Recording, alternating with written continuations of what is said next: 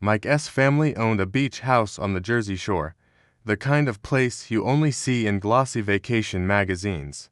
They'd had it for generations, but since his grandparents passed, no one really used it much. So Mike could basically go whenever he wanted. The salty air, the creaking boards, the faint lights from other houses, it was peaceful, the way the shore is at night. We were wiped and decided to skip the bars and just get some sleep. We even met a couple girls, traded numbers, then went back to the house to crash. One summer weekend, he invited me down.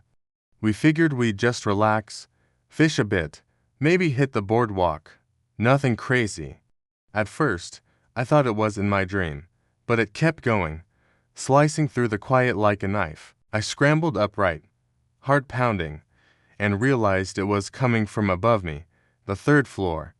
I ran to wake up Mike, who bolted out of bed and followed me up the stairs without a shirt, wide-eyed. We arrived late on a Friday, dropped our bags, and grabbed some sandwiches before walking along the beach. Mike's face went pale. That meant it had been turned on by hand, which meant someone was there, in the house, operating it. We flipped the light on, scanning for smoke or anything on fire. Mike called the cops while I locked the bedroom door and wedged a chair under the handle. We waited in that tiny room, straining to hear any noises, until the police arrived minutes later. Drawers were dumped out, beds turned over, clothes scattered everywhere. The room where we found the device had looked perfectly neat before, but now it was ransacked. The cops guessed whoever was in the house had escaped through one of those open windows while we were downstairs. We stayed until sunrise and then packed up and left. I replayed that night over and over, wondering what might have happened if we hadn't woken up, or if we'd gone upstairs just a little sooner. He still owns that beach house, but I've never gone back. But there was nothing, no smoke, no smell, just the beeping. It was coming from one of the bedrooms.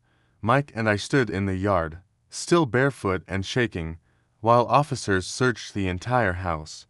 After what felt like forever, one of them came back with a chilling update. Someone had been in there with us, moving around, close enough to flip a switch on a weird beeping device, maybe to lure us upstairs, or distract us, or who knows what.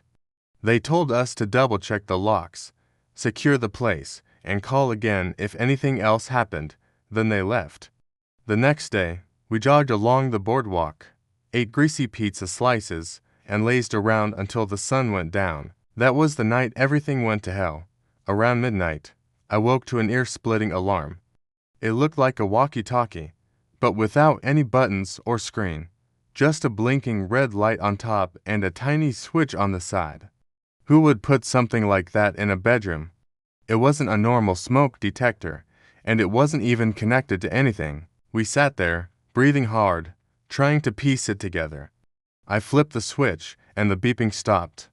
The third floor was dark except for a sliver of moonlight through the hall window.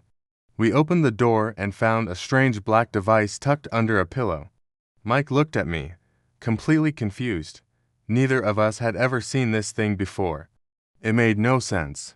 Then a terrifying thought hit me. I flipped the switch again, and the shrill beeping restarted immediately. We freaked out. They told us to come outside while they cleared the place. Every window on the third floor had been flung open. I felt sick, like the ground had been ripped out from under me. The police didn't find fingerprints or weapons.